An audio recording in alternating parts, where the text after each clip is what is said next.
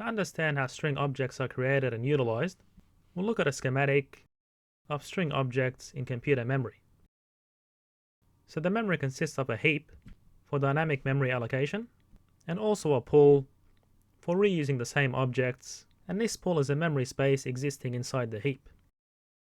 So we can create string objects using string literals. So this is called direct initialization. So the object is created in the pool, and str1 references this object in memory.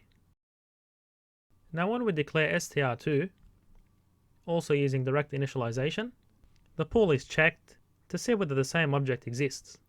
So in this case, test1 already exists, and therefore str2 just points to the same object in the pool.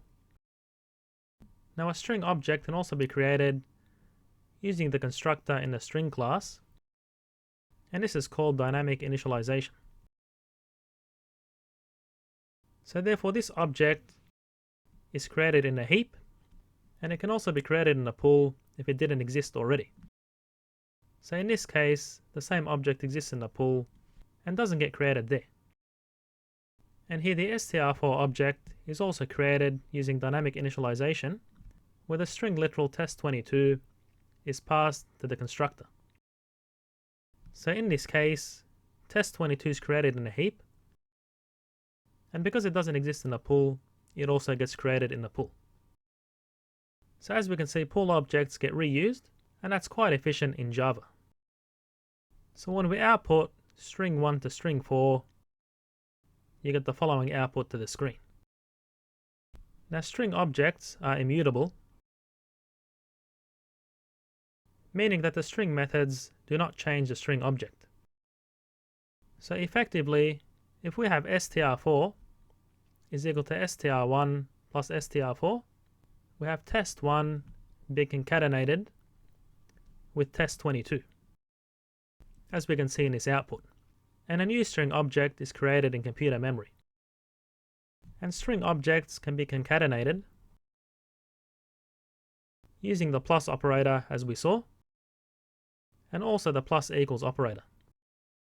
So here we have str4 being now equal to test21, test22, and we concatenate str3, which is equal to test1, and we get the following object being created in memory. And you can also concatenate primitive values with a string object. So this causes implicit conversion of the values to string objects.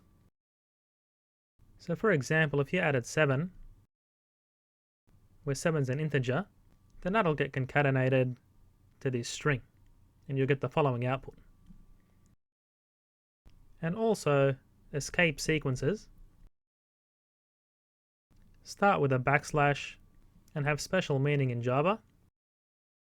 So here, for example, we have an escape sequence \n, which outputs a new line. And in the next example, we have the following escape sequence being \\,